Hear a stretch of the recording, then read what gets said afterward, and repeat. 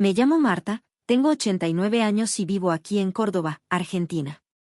Hoy quiero contarles la historia más dolorosa de mi vida, una historia que guardo en mi corazón desde hace más de 20 años y que todavía me hace llorar cada noche. ¿Alguna vez te has preguntado cuánto pagaría una persona por amor? ¿Cuánto estaría dispuesta a perder por unos momentos de verdadera felicidad? Lo descubrí a las malas, y quizás mi historia te ayude a evitar cometer el mismo error que yo. Si alguna vez te has sentido invisible en tu matrimonio, si alguna vez te has mirado al espejo y no has reconocido a la mujer en la que te has convertido, o si alguna vez has soñado con empezar de cero cuando todos dicen que es demasiado tarde, entonces esta historia es para ti. Prepara tu corazón, porque lo que estoy a punto de contarte te conmoverá como nunca imaginaste. Era 1998, acababa de cumplir 65 años. Córdoba estaba cambiando, las calles que conocía desde niña estaban teniendo nuevos edificios, pero mi vida parecía haber quedado estancada en el tiempo durante décadas.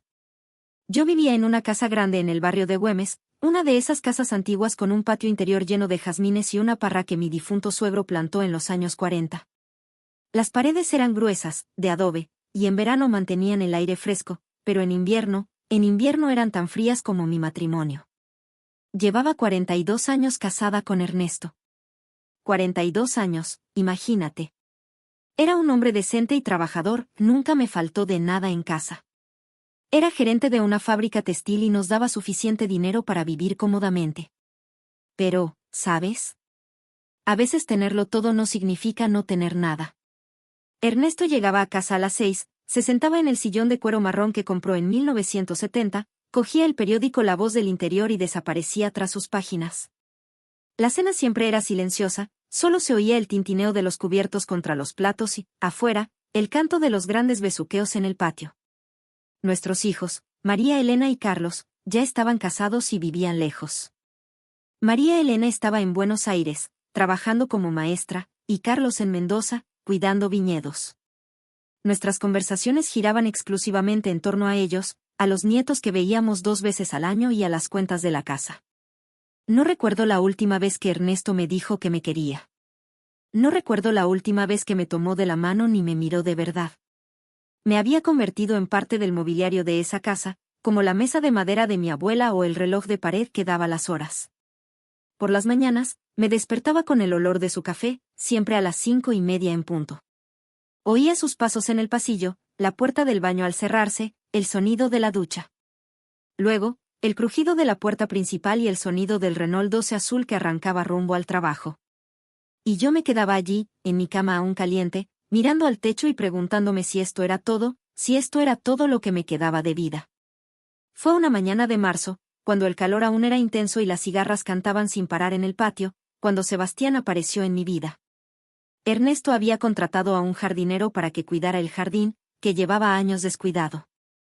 Estaba en la cocina, preparando dulce de leche casero, una de esas cosas que una mujer aprende de su madre y nunca olvida, cuando oí una voz joven afuera que preguntaba si había alguien en casa. Me sequé las manos con el delantal bordado que mi hermana me regaló por Navidad y fui a abrir. Cuando abrí la puerta, casi se me para el corazón. Allí estaba un joven de unos 28 años, de piel oscura, ojos color avellana y una sonrisa que le iluminaba el rostro. Vestía una sencilla camisa blanca, un poco sudada por el calor, y vaqueros desgastados. En las manos, llevaba herramientas de jardinería. Buenos días, señora. Soy Sebastián Morales. Su esposo me contrató para cuidar el jardín, dijo, quitándose una gorra roja descolorida y pasándose la mano por el pelo castaño. Su voz era dulce, con ese acento cordobés que me recordaba a mi juventud. Oh, sí, claro. Pase, por favor, respondí, con una sensación extraña en el pecho. Hacía años que un hombre no me trataba con tanta amabilidad, que no me miraba a los ojos al hablar. Le enseñé el jardín, le expliqué dónde estaba el grifo y dónde guardábamos las herramientas en el pequeño cobertizo de atrás. Estuvo pendiente de cada palabra, haciendo preguntas inteligentes sobre las plantas y cómo quería que se viera el jardín. Tienes un jazmín precioso aquí, dijo, tocando suavemente las flores blancas que crecían junto al muro. Mi abuela tenía uno igual en su casa de Jesús María. El aroma me recuerda a mi infancia. Algo se conmovió en mi interior cuando dijo eso. ¿Cuánto tiempo hacía que nadie se fijaba en las cosas hermosas de mi casa? ¿Cuánto tiempo hacía que alguien no compartía un dulce recuerdo conmigo? ¿Te apetece un mate, Sebastián? Pregunté, sin saber muy bien por qué. Sonrió. Sería un honor, señora Marta. Nos sentamos en la mesita del patio, bajo la parra. Preparé el mate como me enseñó mi madre, con una hierba suave, no muy amarga. El ritual me tranquilizó: calentar el agua, añadir la hierba, formar un pequeño montoncito en un lado del mate, verter primero el agua tibia y luego la caliente. Sebastián lo bebió lentamente, saboreándolo. Entre sorbo y sorbo, me contó sobre su vida. Era hijo de una familia humilde de Jesús María y trabajaba con plantas desde los 15 años. Se había mudado a Córdoba hacía 2 años después de que su novia lo dejara por otro hombre. Las plantas no mienten, no traicionan, dijo con una sonrisa triste. Las cuidas con amor, y te dan flores, sombra y alegría. Es un intercambio honesto. Me enteré de que vivía en una pequeña pensión en el centro y enviaba la mitad de su dinero a su madre viuda, quien soñaba con tener algún día su propio vivero. Mientras hablaba, observé sus manos, grandes, callosas, pero delicadas, mientras sostenían la calabaza. Manos que sabían cuidar, proteger. Esa primera mañana, trabajó 3 horas en el jardín. Inventaba excusas para pasarme por el patio, regando las plantas del pasillo, tendiendo la ropa, buscando leña para la estufa. En realidad, solo quería verlo trabajar, oírlo silbar viejos tangos mientras podaba los rosales. Al irse, me dijo: hasta mañana, señora Marta. Que tenga un buen día. Nadie me ha deseado un hermoso día en años. Las semanas siguientes fueron las más dulces que he vivido en décadas. Sebastián venía todas las mañanas, siempre puntual, siempre con esa sonrisa que hacía que mi día empezara de otra manera. Me desperté más temprano, elegí con cuidado el vestido que me pondría y me recogí el pelo de una forma más bonita. Ernesto ni se dio cuenta.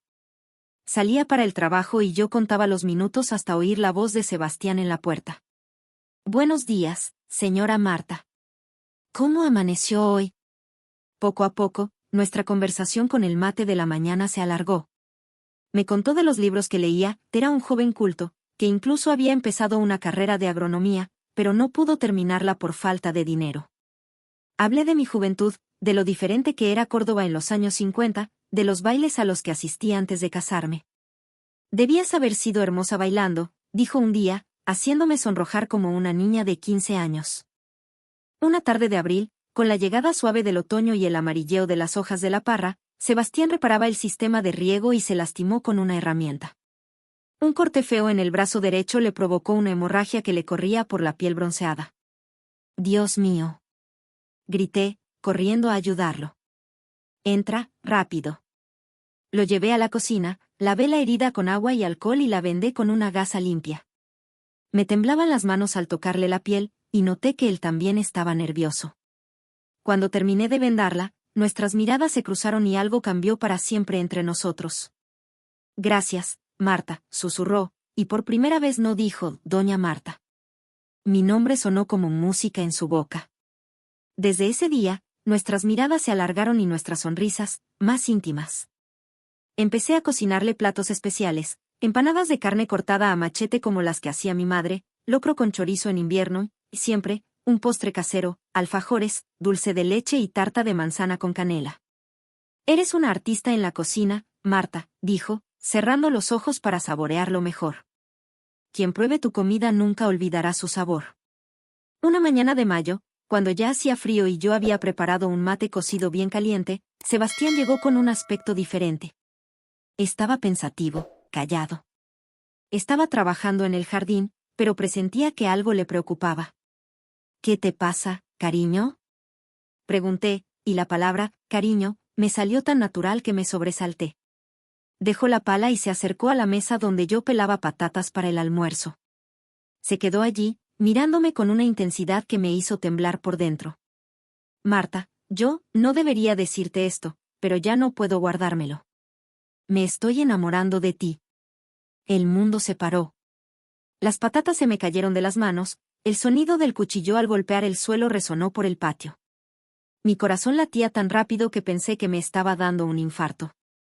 Sebastián, empecé a decir, pero él continuó. Sé que estás casada, sé de la diferencia de edad, sé que está mal. Pero no puedo dejar de pensar en ti, en tus sonrisas, en cómo me cuidas, en cómo me haces sentir especial. Me diste una razón para despertar cada día. Las lágrimas empezaron a correr por mi rostro. ¿Cuántos años habían pasado desde que alguien me dijo que era especial? ¿Cuánto tiempo había pasado desde que mi corazón latía tan fuerte, tan vivo? Yo también, susurré, apenas capaz de hablar. Yo también me estoy enamorando de ti. Se acercó, me ahuecó la cara con sus manos callosas pero delicadas, y me besó. Fue un beso dulce y delicado, como si alguien tocara algo precioso que podría romperse.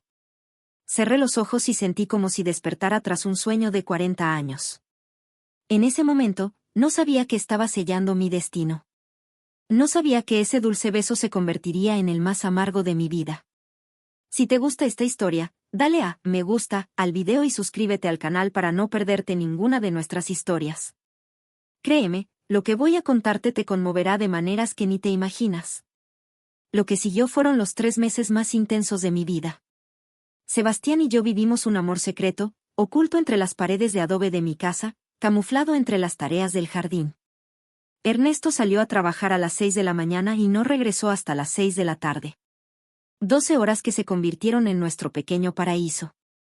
Sebastián llegó a las 7, cuando el sol aún estaba bajo y el aire fresco de la mañana traía aroma a jazmín. No era solo pasión física, aunque existía y era abrumadora. Era como si mi alma, dormida durante tanto tiempo, finalmente hubiera despertado. Sebastián me escuchó hablar de mis sueños de juventud, de los libros que leía en secreto de joven, del deseo que siempre había tenido de viajar a Buenos Aires y ver el Teatro Colón. ¿Por qué no has venido nunca?, me preguntó una mañana mientras estábamos tumbados en el sofá de la sala, con mi cabeza sobre su pecho y escuchando los latidos de su corazón. Ernesto siempre decía que era una tontería, que las mujeres casadas no necesitaban esas fantasías, respondí, sintiendo el sabor amargo de las palabras. Un día te llevaré allí, susurró, besando mis canas. Veremos una ópera, cenaremos en un restaurante elegante, pasearemos de la mano por Puerto Madero. Me reí sabiendo que era un sueño imposible, pero qué bueno era volver a soñar. Sebastián transformó no solo mi jardín, sino toda mi casa. Arregló el grifo de la cocina que llevaba años goteando, cambió las bombillas fundidas que no alcanzaba y pintó las paredes desconchadas del pasillo. Ernesto ni siquiera notó las mejoras, llegaba a casa y se sentaba en su sillón y leía el periódico. Pero lo que más transformó a Sebastián fue a mí. Empecé a cuidarme de nuevo, a mirarme al espejo con cariño. Compré vestidos nuevos, me teñí el pelo para disimular algunas canas y volví a usar lápiz labial, un rojo suave que realzaba mi sonrisa. Una tarde fría y lluviosa de junio, estábamos en la cocina haciendo pan casero. Le enseñaba a Sebastián a amasar, sus grandes manos cubriendo las mías, la harina ensuciándonos los delantales. El olor a levadura mezclado con el aroma del guiso en la estufa creaba un ambiente de hogar, de familia. Me hace sentir como en casa, dijo mirándome con una ternura que me derritió. Esta es tu casa, respondí, y en ese momento creí realmente que podíamos construir algo juntos. Durante esas tardes, Sebastián me contaba sobre su difícil infancia, sobre cómo su padre los abandonó a los 10 años, sobre cómo tuvo que trabajar desde pequeño para ayudar a su familia. Vi en él al hombre sensible que se escondía tras su fuerza física, al soñador a quien la vida había obligado a madurar demasiado pronto. A veces me pregunto qué tan diferentes serían las cosas si nos hubiéramos conocido en otra época, dijo una tarde, mientras jugaba con mis dedos. No pienses así, le supliqué. Lo importante es que nos veamos ahora. Más vale tarde que nunca. Pero en el fondo, sabía que nos estaba mintiendo a ambos.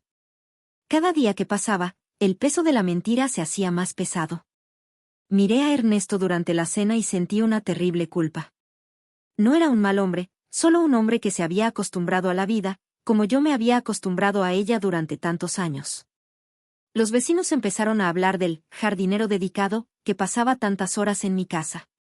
Doña Carmen, que vivía al lado, hizo un comentario que me heló la sangre. «Qué suerte tienes, Marta, de que este joven cuide también tu jardín». «Espero que Ernesto no se ponga celoso», dijo, con una sonrisa que no le llegó a los ojos. Esa noche no pude dormir. Acostada junto a Ernesto, que roncaba suavemente, miré al techo y sentí que el mundo se desmoronaba. ¿Estaba bien lo que hacíamos? Tenía derecho a buscar la felicidad, aunque me costara todo. Sebastián percibió mi angustia. Una mañana de julio, cuando el frío arreciaba y teníamos que calentarnos con mate caliente y largos abrazos, me tomó la cara y dijo: Marta, si esto te hace sufrir, me voy. No quiero ser la causa de tu dolor. No. Grité desesperada. Eres lo único bueno que me ha pasado en décadas. No me abandones también. Me besó apasionadamente, y en ese beso hubo promesas que ninguno de los dos podía cumplir. Hicimos el amor de una manera que nunca antes había experimentado, fue maravilloso y peligroso a la vez. El error fue creer que podíamos guardar nuestro secreto para siempre. El error fue subestimar el poder destructivo del amor cuando surge en el lugar y el momento equivocados. Era un jueves de agosto, un día frío y nublado que parecía presagiar la tormenta que se avecinaba. Ernesto había dicho que volvería tarde, tenía una reunión importante en la fábrica. Sebastián y yo aprovechamos para pasar toda la tarde juntos. Estábamos en la sala, yo recostada en el sofá con la cabeza en su regazo, mientras él me leía pasajes de Neruda. Su suave voz, recitando 20 poemas de amor, creaba una atmósfera mágica, como si fuéramos los únicos en el mundo. Te amo sin saber cómo, ni cuándo, ni desde dónde, recitó, acariciándome el pelo. Te amo simplemente, sin problemas ni orgullo. Como describen esas palabras lo que siento por ti, murmuré, cerrando los ojos para grabar ese momento en mi memoria. El sonido de la llave en la cerradura nos sobresaltó como dos delincuentes pillados con las manos en la masa. Ernesto había regresado temprano. Sebastián logró levantarse y fingir que estaba arreglando una lámpara, pero no tuve tiempo de recuperarme del todo. Buenas tardes, señor Ernesto, dijo Sebastián intentando sonar normal, pero pude percibir el nerviosismo en su voz. Ernesto entró en la habitación y se detuvo. Su mirada pasó de mí, con el pelo despeinado y las mejillas sonrojadas, a Sebastián, con la camisa arrugada y la respiración agitada. Un silencio denso invadió la habitación. Marta, dijo Ernesto con una voz que nunca antes había oído. ¿Puedo preguntarte por qué te ves así?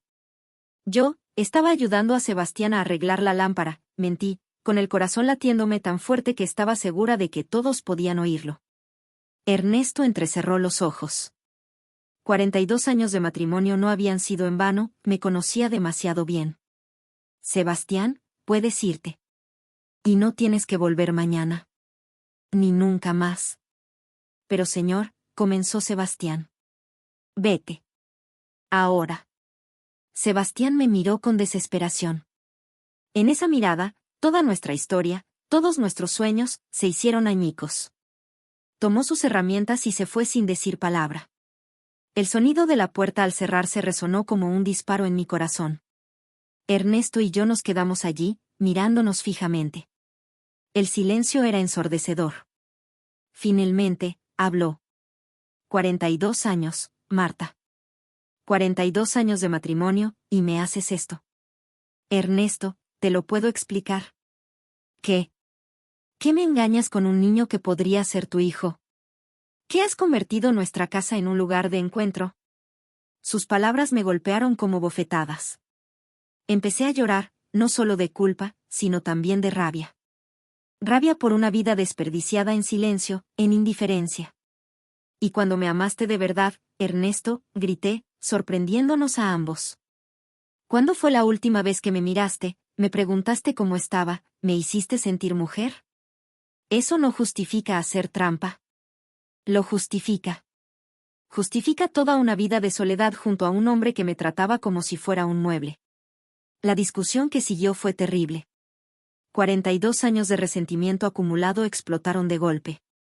Ernesto me llamó vieja ridícula, diciendo que me había aprovechado de un niño inocente, que era una vergüenza para nuestra familia. Le dije que había matado lentamente mi alma, que nuestro matrimonio había sido una farsa durante décadas y que yo tenía derecho a ser feliz. ¿Contento? Rió con amargura.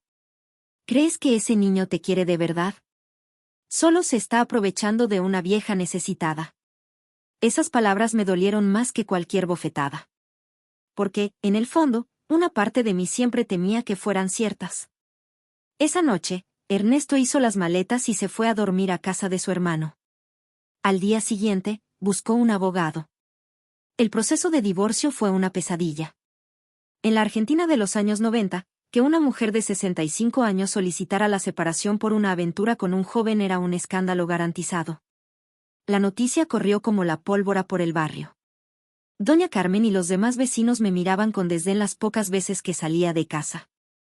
En el mercado, las conversaciones se interrumpían a mi paso. Oía susurros: loco, desvergonzado, golpeador. Pero lo peor estaba aún por venir. Durante los primeros días tras el descubrimiento, viví en una especie de letargo. La casa, que antes me había parecido cálida y acogedora con la presencia de Sebastián, ahora estaba fría y vacía como un mausoleo. Cada rincón me lo recordaba: la mesa del patio donde tomábamos mate, la cocina donde cocinábamos juntos, la sala donde me leía poesía. Intenté contactar a Sebastián varias veces. Fui a la pensión donde vivía, pero el dueño me dijo que se había ido al día siguiente de la discusión, sin dejar dirección. Pagó lo que debía y se fue con una mochila, fue todo lo que pude averiguar. Su ausencia me dolió más que el descubrimiento de la aventura. Podía enfrentarme a Ernesto, a los vecinos, incluso al proceso de divorcio, pero no podía enfrentarme al silencio de Sebastián. ¿Dónde estaba? ¿Estaba bien? ¿Pensaba en mí? Los niños no aparecieron hasta una semana después. María Elena llegó de Buenos Aires con una furia que nunca había visto. Llegó sin avisar el jueves por la noche, golpeando la puerta como un policía. «Mamá, ¿qué locura es esta?», gritó nada más entrar. Papá me lo contó todo por teléfono. Me muero de vergüenza. María Elena siempre había sido la hija perfecta, la que nunca causaba problemas, la que seguía todas las normas sociales al pie de la letra. Ver a su madre, deshonrando a la familia, era algo que no podía asimilar. «Tiene 65 años, mamá». «¿65? ¿Cómo puedes hacer semejante estupidez?» «María Elena, tú no entiendes». «Entiendo. Entiendo que mi madre se convirtió en el hazmerreír de todo el barrio. Entiendo que mis hijos crecerán sabiendo que su abuela es una». No pudo terminar la frase, pero vi en sus ojos lo que quería decir. Para mi propia hija, me había convertido en prostituta. Carlos llegó 2 días después, más sereno, pero igual de decepcionado. Intentó ser diplomático, hablando de una crisis de la mediana edad, de buscar ayuda psicológica, de resolver las cosas en familia. Pero vi la misma decepción en sus ojos que en los de su hermana. «Mamá, papá es un buen hombre. Quizás podrían hablar, ir a terapia de pareja». «Carlos, nuestro matrimonio terminó hace mucho tiempo. Simplemente no te diste cuenta porque estabas lejos. Pero eso no justifica hacer trampa, mamá. Y menos con un niño de esa edad». La diferencia de edad, que en nuestros tiempos felices parecía irrelevante, se convirtió ahora en el centro de todos los juicios. Una vieja ridícula, una vieja desesperada, una bruja aprovechada, estos eran los adjetivos que oía susurrar en la calle. El proceso de divorcio reveló cosas sobre mi matrimonio que jamás imaginé. Ernesto había puesto todos los bienes a su nombre a lo largo de los años. La casa donde viví durante décadas no era oficialmente mía. Mis ahorros, mis inversiones, incluso mi coche, todo estaba a su nombre. «Nunca has trabajado fuera de casa, Marta», dijo el abogado de Ernesto durante una de las audiencias. «Mi cliente mantuvo a esta familia durante 42 años. ¿Y cómo le paga? Con adulterio, con escándalo público, con vergüenza para sus hijos». Mi abogado, un hombre mayor y tradicionalista que conseguí contratar con los pocos ahorros que tenía guardados a escondidas, no fue mucho mejor. «Señora Marta, tendrá que aceptar que su situación es delicada. A su edad, con lo que pasó, sería mejor aceptar lo que le ofrece su marido».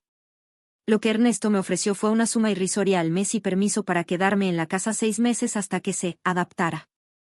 En resumen, quería echarme de la única vida que había conocido sin prácticamente nada. Pero lo peor estaba por venir. Una mañana de septiembre, mientras las primeras flores de primavera empezaban a florecer en el jardín que Sebastián cuidaba, sonó el intercomunicador. Era un joven bien vestido, con aspecto de abogado. «Señora Marta Heredia. Soy Julián Morales, el hermano de Sebastián. Mi corazón se aceleró. Por fin, noticias de él. ¿Está bien, Sebastián? ¿Dónde está? El joven me miró con una expresión que no pude descifrar. ¿Puedo pasar? Necesito hablar con usted, señora. Nos sentamos en la sala, en la misma habitación donde Sebastián me leía poesía. Julián se parecía a él, pero había una dureza en su mirada que su hermano nunca tuvo. Señora, vine porque mi hermano está pasando por un momento muy difícil. Tuvo que irse de Córdoba a toda prisa por el escándalo que armó. ¿Un escándalo que hemos causado? Repetí sin entender. Sí, señora. Sebastián perdió varios trabajos por su fama. ¿Quién va a contratar a un jardinero que se involucra con patronas casadas? Sentí como si me hubieran echado un balde de agua helada en la cabeza. Nunca pensé en las consecuencias para Sebastián. ¿Dónde está ahora? En Buenos Aires, intentando empezar de nuevo.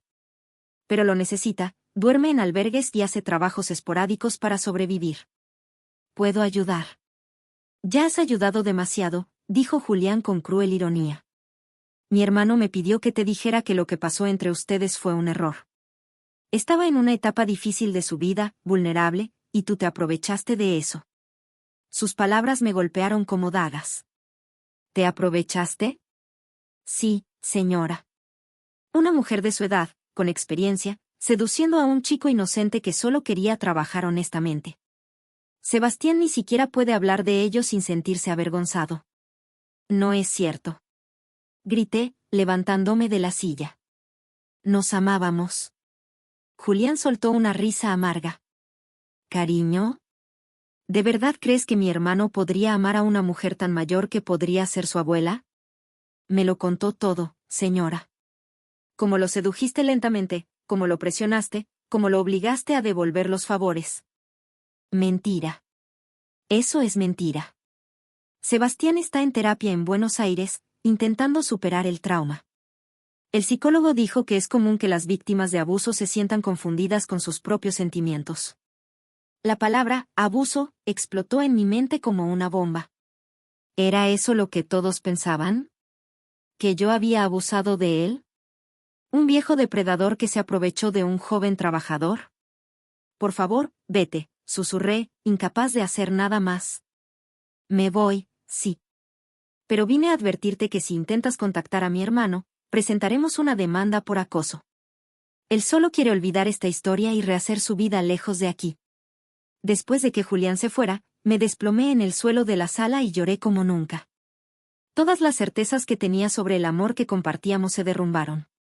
¿De verdad me había engañado? ¿Sebastián simplemente se sentía obligado a corresponder a mi bondad? ¿De verdad era una vieja ridícula que se aprovechó de un joven vulnerable? Las semanas siguientes fueron las más oscuras de mi vida. Mis hijos dejaron de hablarme. María Elena me dijo por teléfono que no quería que viera a mis nietos hasta que esta situación se resolviera. Carlos fue más educado, pero evitó mis llamadas. En el barrio, me convertí en un completo paria. Los pocos amigos que tenía se alejaron. En el supermercado, el banco, la farmacia, en todas partes sentía las miradas críticas, oía los susurros. Una tarde de octubre, yo estaba en el patio tratando de cuidar yo sola las plantas que Sebastián había dejado atrás, pero mis manos temblaban tanto que apenas podía sostener la manguera, cuando doña Carmen apareció en el muro que dividía nuestros patios. Marta, necesito decirte algo. ¿Qué pasa, Carmen? Escuché que tendrás que abandonar la casa. Es cierto. Ernesto quiere venderlo. Mira, cariño, y era extraño oír esa palabra viniendo de ella. Sé que la gente habla mal de ti. Pero quiero que sepas que te entiendo. La miré sorprendido. Mi matrimonio tampoco fue feliz, Marta. Viví 40 años con un hombre que bebía y me pegaba. La diferencia es que nunca tuve el valor de buscar algo mejor. Tú sí. ¿Pero a qué precio, Carmen? El precio es alto, sí. Pero al menos te diste una oportunidad. ¿Cuántos podemos decir eso? Fue la primera palabra de comprensión que escuché en meses. En noviembre, tuve que irme de casa. Conseguí alquilar un pequeño apartamento en el centro con el poco dinero que me dio Ernesto. Un lugar diminuto, con una habitación, una pequeña sala y una cocina del tamaño de un armario. El día de la mudanza, mientras empacaba los pocos objetos que podía llevarme, la mayoría de los muebles y adornos fueron para Ernesto, ya que eran propiedad del matrimonio. Encontré un trozo de papel doblado debajo del colchón. Era un dibujo que Sebastián me había hecho una de nuestras tardes juntos. Un dibujo de un jardín lleno de flores, y en el centro, dos figuras tomadas de la mano. Debajo, su pulcra caligrafía, para Marta, que hizo florecer mi corazón. Con todo mi amor, Sebastián. Me senté en el suelo de esa habitación vacía y lloré, sosteniendo ese papel. ¿De verdad le había mentido a su hermano? ¿Acaso toda nuestra historia solo había sido real en mi cabeza? Los años siguientes fueron de un silencio ensordecedor. En mi pequeño apartamento del centro, vivía como una sombra de mí mismo. Las paredes eran delgadas y podía oír la vida de mis vecinos, familias cenando juntas, niños jugando, parejas charlando antes de dormir. Sonidos que me recordaban todo lo que había perdido. Mi rutina consistía en muy poco. Por las mañanas, tomaba un mate en solitario, mirando por la ventana la calle transitada. Veía gente yendo al trabajo, estudiantes corriendo a la universidad, parejas paseando de la mano. La vida transcurría afuera, mientras que la mía parecía haberse detenido en aquel agosto de 1998. Por las tardes, intentaba leer, pero las palabras se mezclaban en la página. Intentaba ver la televisión, pero todo parecía artificial, alejado de mi realidad. A veces me sentaba durante horas en el pequeño balcón, viendo pasar la ciudad, preguntándome si en algún lugar de Buenos Aires, Sebastián también estaría mirando por la ventana, pensando en mí. Los niños fueron la pérdida más dolorosa de todas. María Elena tardó 2 años en volver a hablarme, e incluso entonces, las conversaciones eran formales, educadas, carentes del cariño que siempre habíamos compartido. Carlos era más comprensivo, pero evitaba el tema. Cuando hablaba de Ernesto, que se había vuelto a casar con una viuda de su edad, podía ver el dolor en sus ojos al ver a su familia destrozada. Mis nietos crecieron viéndome como la abuela, rara, aquella de la que no hablan mucho, la que llega a las cenas de Navidad avergonzada y callada. Me perdí sus primeros pasos, sus primeras palabras, sus fiestas de cumpleaños. Perdí momentos preciosos de su infancia por unas decisiones que tomé un verano lejano. Durante esos años de soledad, pasé muchas noches en vela cuestionándome. ¿Habría valido la pena? 3 meses de intensa felicidad habían costado 20 años de soledad y rechazo. ¿Era un precio justo? A veces me encontraba odiando a Sebastián por desaparecer, por no luchar por nosotros, por dejarme sola asumiendo las consecuencias de nuestros actos. Otras veces, sentía tanta añoranza que me dolía el pecho, como si alguien me apretara el corazón con las manos. En 2003, 5 años después de nuestra separación, Ernesto falleció de un infarto. Fui al velorio, por supuesto. Era mi deber como su exesposa, como madre de sus hijos. La joven viuda fue amable conmigo, incluso cariñosa. Los niños lloraron mucho, y yo también lloré, no por el hombre que Ernesto era para mí, sino por el padre que era para ellos, por el abuelo cariñoso que siempre fue para sus nietos. En ese velorio, al mirar el ataúd, me di cuenta de algo terrible: Ernesto y yo habíamos desperdiciado 42 años fingiendo ser felices. Él también merecía ser amado de verdad, también merecía encontrar una mujer que lo admirara, que esperara con ansia su regreso a casa. Nuestra tragedia no fue solo mi traición.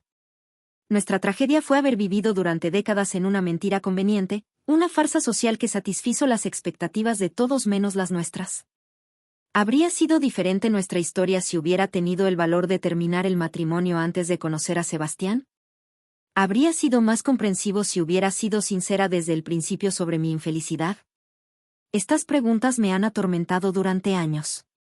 En 2008, 10 años después del fin de mi mundo, recibí una carta. El sobre no tenía remitente, pero reconocí de inmediato la pulcra caligrafía que había memorizado en mi corazón. Me temblaban tanto las manos al abrirlo que casi rompo el papel. Era de Sebastián. Querida Marta, comenzaba la carta. Espero que esta carta te encuentre bien. Sé que no tengo derecho a escribirte después de tanto tiempo, después de desaparecer sin dar explicaciones. Pero hay cosas que necesito decirte, cosas que he llevado en mi corazón durante 10 años. Mi corazón latía con fuerza como si fuera una chica de 20 años recibiendo su primera carta de amor. Primero, quiero pedir perdón. Perdón por huir como un cobarde cuando todo se vino abajo. Perdón por no luchar por ti, por nosotros. Perdón por dejar que mi hermano dijera esas cosas terribles. Las lágrimas comenzaron a correr por mi cara. Tienes que saber que mintió. Todo lo que dijo Julián fue mentira.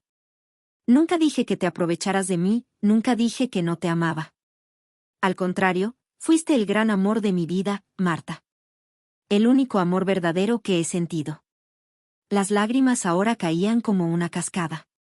Me escapé porque era joven, porque era cobarde, porque no soportaba la presión social. Pero no pasaba un solo día sin que pensara en ti, sin que me preguntaras cómo estabas, si estabas bien, si habías encontrado la felicidad que merecías. La carta duraba 3 páginas. Sebastián explicó que se había casado en Buenos Aires, que tenía 2 hijos y que trabajaba como paisajista en un hotel. Había construido una buena vida, pero que siempre habría un vacío en su corazón, moldeado por nuestra historia. A veces me despierto en mitad de la noche soñando con nuestras mañanas con mate, el aroma a jazmín en tu patio, tu risa cuando te contaba historias de mi infancia. Fueron los 3 meses más felices de mi vida, y sé que te costaron caro. En la última página escribió: no pido perdón ni espero una respuesta. No intento reavivar algo que sería mejor dejar en el pasado. Te escribo porque quiero que sepas que nuestra historia fue real, hermosa, verdadera. Y que, sin importar las consecuencias, no me arrepiento de haberte amado. La carta terminaba con una frase que me hizo llorar durante horas: me enseñaste que es posible amar de verdad. Lo llevaré conmigo por siempre. Con todo mi cariño y eterna gratitud, Sebastián. Atesoraba esa carta. La leía una y otra vez cada vez que la soledad me abrumaba. No cambió mi vida práctica, seguía sola, seguía pagando el precio de mis decisiones. Pero cambió algo dentro de mí. Me devolvió la certeza de que nuestra historia había sido real, de que no había sido una vieja ridícula que se engañaba con un chico guapo. Nunca respondí la carta. ¿Qué sentido tendría? Había reconstruido su vida, tenía una familia y responsabilidades. No tenía derecho a arruinarle la vida otra vez con mi anhelo. Pero esas palabras me dieron paz. Por fin, después de 10 años, pude dormir sin preguntarme si todo había sido un gran error mío. Pasaron los años y, poco a poco, encontré la manera de vivir con las consecuencias de mis decisiones. No era la felicidad, pero tampoco la desesperación de los primeros años. Empecé a asistir a un grupo de personas mayores en el centro comunitario del barrio. Allí conocí a otras mujeres con historias difíciles, viudas solitarias, divorciadas y rechazadas por sus hijos, mujeres que también habían pagado un alto precio por buscar una vida diferente a la que la sociedad esperaba. Estaba Rosa, quien dejó a su marido alcohólico a los 50 años y perdió el hogar donde crió a sus hijos. Estaba Dolores, quien se negó a aceptar un matrimonio concertado en su juventud y vivió sola toda su vida, trabajando como costurera. Estaba Elena, quien tuvo un hijo fuera del matrimonio en los años 60 y fue expulsada de casa por su propia familia. Todas, de alguna manera, desafiamos las reglas no escritas de nuestra generación. Y pagamos un alto precio por ello. Pero también descubrimos algo que muchas otras mujeres de nuestra edad nunca descubrieron: la sensación de haber sido fieles a nosotras mismas, aunque solo fuera por un corto tiempo. Prefiero vivir un año siendo quien realmente soy que 60 años siendo quien los demás quieren que sea, dijo Rosa en una de nuestras conversaciones en la plaza. Y empecé a comprender que tal vez tenía razón. Poco a poco, también empecé a reconciliarme con mis hijos. Dicen que el tiempo cura todo, y quizás sea cierto. María Elena, tras pasar por un divorcio difícil, empezó a comprenderme mejor. Mamá, siempre critiqué tu decisión, me dijo durante una visita en 2010. Pero ahora entiendo lo que es vivir en un matrimonio donde te sientes invisible. Carlos siempre fue más comprensivo y, con el paso de los años, nuestros almuerzos mensuales se volvieron más cálidos. Me traía noticias de sus nietos, me mostraba fotos y me incluía en las celebraciones familiares. Nunca hablamos directamente de Sebastián ni de esos meses que lo cambiaron todo, pero hubo una aceptación tácita de que todos habíamos cometido errores y merecíamos perdón. En 2015, a los 82 años, me mudé a un apartamento aún más pequeño, pero más acogedor. Con la pequeña pensión que recibí y algunos ahorros de la costura, organicé un pequeño espacio que por fin sentí como mío. Compré plantas para el balcón, nada demasiado elaborado, pero suficientes para tener un poco de vegetación cerca. Cuidar estas plantas me traía una paz extraña. A veces, regando los geranios o podando los helechos, recordaba las mañanas con Sebastián en el jardín. Pero ya no era un recuerdo doloroso, sino un dulce recuerdo de un tiempo bueno, aunque breve. Una tarde de primavera de 2018, estaba en mi porche cuidando mis plantas cuando vi a un hombre en la calle que me aceleró el corazón. Alto, canoso, con el mismo andar. Por un instante, pensé que era Sebastián. No lo era, claro. Era solo un anciano que pasaba por la calle.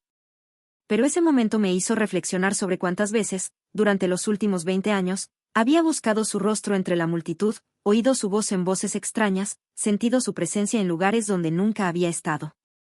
Esa noche, saqué la carta que me había enviado 10 años antes, la cual guardaba en una cajita junto con el dibujo del jardín, y la volví a leer. Pero esta vez, en lugar de añoranza, sentí gratitud. Gratitud por haber conocido el amor verdadero, aunque fuera por poco tiempo. Gratitud por haber tenido el coraje de buscar la felicidad, aun sabiendo que el precio podría ser alto. Gratitud por haber aprendido que es mejor arrepentirse de algo que hiciste que de algo que no hiciste. ¿Cuántas mujeres de mi generación murieron sin sentir jamás el corazón latir con fuerza por el amor? ¿Cuántas se llevaron a la tumba sueños incumplidos, deseos reprimidos, deseos sofocados? Pagué caro mis decisiones. Perdí a mi familia durante años, mi posición social, mi hogar, y viví en soledad durante 2 décadas. Pero también gané algo que mucha gente nunca tiene, la certeza de haber amado y sido amada de verdad. Sebastián me demostró que era digna de amor, que era deseable, que valía más allá del rol de esposa y madre que había desempeñado durante tantos años. Durante 3 meses, fui solo Marta, no la esposa de Ernesto, ni la madre de María Elena y Carlos, solo Marta. Y esta Marta era suficiente, era adorable, era especial. Nadie me puede quitar eso. Ahora, a los 89 años, cuando miro hacia atrás, veo mi vida como un jardín. Hubo periodos de sequía, cuando nada florecía, cuando todo parecía muerto y sin esperanza. Hubo tormentas que destruyeron mucho de lo que había plantado con tanto esmero. Pero también hubo una hermosa primavera, breve pero intensa, cuando todo floreció a la vez y el aire se llenó de perfume y color. Los médicos me dicen que no me queda mucho tiempo. Dicen que mi corazón está cansado, que va demasiado lento. Es extraño cómo esta noticia me trajo paz en lugar de desesperación. Quizás porque por fin estoy lista para encontrar las respuestas a las preguntas que he arrastrado durante tantos años. ¿Sebastián aún piensa en mí? ¿Aún guardas buenos recuerdos de aquellos meses que compartimos? ¿Nuestra historia aún brilla en lo profundo de su corazón, como una pequeña pero constante estrella? Mis hijos están más presentes ahora que saben de mi condición. María Elena viene a verme 2 veces por semana con sus nietos, que ya son adolescentes y me miran con cariño, sin entender por qué su abuela vivió sola tanto tiempo. Carlos me visita los domingos y cocinamos juntos como cuando era pequeño. En una de esas recientes visitas me preguntó, «Mamá, ¿te arrepientes?» Lo pensé mucho antes de responder. Lamento haberlos lastimado, hijos míos. Lamento haber desperdiciado tantos años de sus vidas y de las de mis nietos. Lamento no haber sido más valiente antes, no haber terminado mi matrimonio con su padre honestamente, sin traicionarlos. ¿Y el resto?, insistió. En cuanto al resto, no. No me arrepiento de haber encontrado el amor, de haberme permitido ser feliz, aun sabiendo que sería por poco tiempo. Él asintió, como si finalmente entendiera. La semana pasada, estaba organizando unos papeles cuando me encontré con una foto vieja. Era una foto mía de los años 50, cuando tenía unos 25 años. Estaba en un baile de carnaval, con un vestido azul que yo misma había cosido, sonriendo a la cámara con auténtica alegría en los ojos. Me quedé mirando a esa joven durante mucho tiempo. No sabía qué le deparaba la vida. No sabía que se casaría con un hombre que no la haría feliz, que criaría hijos maravillosos pero perdería años preciosos de sus vidas, que a los 65 años se enamoraría perdidamente y pagaría un precio muy alto por ello. ¿Le diría a esa chica que tomara decisiones diferentes? ¿Le advertiría de los peligros que la acechaban? No, no lo creo. Porque cada decisión que he tomado, cada error que he cometido, cada precio que he pagado me ha traído hasta aquí, a esta mujer de 89 años que aprendió que el amor verdadero vale cualquier sacrificio. Si pudiera encontrarme hoy con Sebastián, ahora tan viejo como yo, con canas y arrugas en el rostro, le diría que no cambiaría nada. Que elegiría amarlo de nuevo, aun conociendo las consecuencias. Que esos 3 meses valieron toda una vida. Y si una mujer de 25 años viniera a pedirme consejo sobre el amor, le diría, no tengas miedo de amar, aunque sea en el momento equivocado, aunque sea la persona equivocada a los ojos de los demás. No tengas miedo de buscar la felicidad, aunque cueste mucho. Porque al final, cuando rindamos cuentas de nuestras vidas, no seremos juzgados por los errores que cometimos en la búsqueda de la felicidad, sino por la felicidad que no buscamos por miedo a equivocarnos. Anoche soñé con el patio de mi antigua casa. Todo era como entonces, los jazmines en flor, la parra cargada de uvas, la mesita donde tomábamos mate. Sebastián estaba allí, tan joven como hace 20 años, sonriéndome. Te dije que un día te llevaría a conocer Buenos Aires, dijo en el sueño. Y me llevó, respondí. Me llevó a conocer el amor verdadero. Y eso valió todos los viajes del mundo. Me desperté con lágrimas en los ojos, pero no eran lágrimas de tristeza. Eran lágrimas de gratitud. Gratitud por haber vivido una verdadera historia de amor, aunque breve, aunque difícil. Gratitud por haber tenido el coraje de elegir la felicidad, incluso a costa de ella. Gratitud por haber aprendido que nunca es tarde para descubrir quiénes somos realmente en nuestro interior. Y si tú, que me estás escuchando, estás viviendo un matrimonio sin amor, si te sientes invisible, si sueñas con una vida diferente pero tienes miedo de las consecuencias, quiero que sepas, el arrepentimiento de no haberlo intentado duele mucho más que el arrepentimiento de haberlo intentado y haber fracasado. La vida es demasiado corta para vivir fingiendo ser alguien que no somos. Es demasiado valiosa para desperdiciarla en relaciones que nos marchitan por dentro. Quizás no pagues el precio que yo pagué. Quizás tu historia tenga un final más feliz que el mío.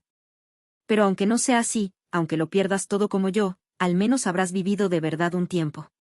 Y eso, créeme, vale cualquier cosa. Esta fue mi historia. La historia de Marta, de Córdoba, Argentina, quien a los 65 años descubrió el amor y a los 89 aún no se arrepiente de las decisiones que tomó. Esta historia te tocó el corazón de alguna manera, si te identificaste con alguna parte de ella o te hizo reflexionar sobre tus propias elecciones, deja un me gusta en el video para que sepa que te llegó. Cuéntenme en los comentarios, ¿alguna vez han tenido que elegir entre la felicidad y la aprobación social? ¿Se han sentido divididos entre hacer lo que les dicta el corazón y lo que la sociedad espera? Sus reflexiones podrían ayudar a otros que se enfrentan a dilemas similares. Y si quieres seguir escuchando historias como esta, historias reales de personas reales que tuvieron el coraje de vivir intensamente, suscríbete al canal y activa la campanita para no perderte ninguna historia. Recuerda, tu vida es tu responsabilidad. Tus decisiones deben ser tuyas, no de otros. Y el tiempo que tienes es demasiado limitado para desperdiciarlo viviendo la vida que otros quieren que vivas. Hasta la próxima historia. Y gracias por escuchar la mía.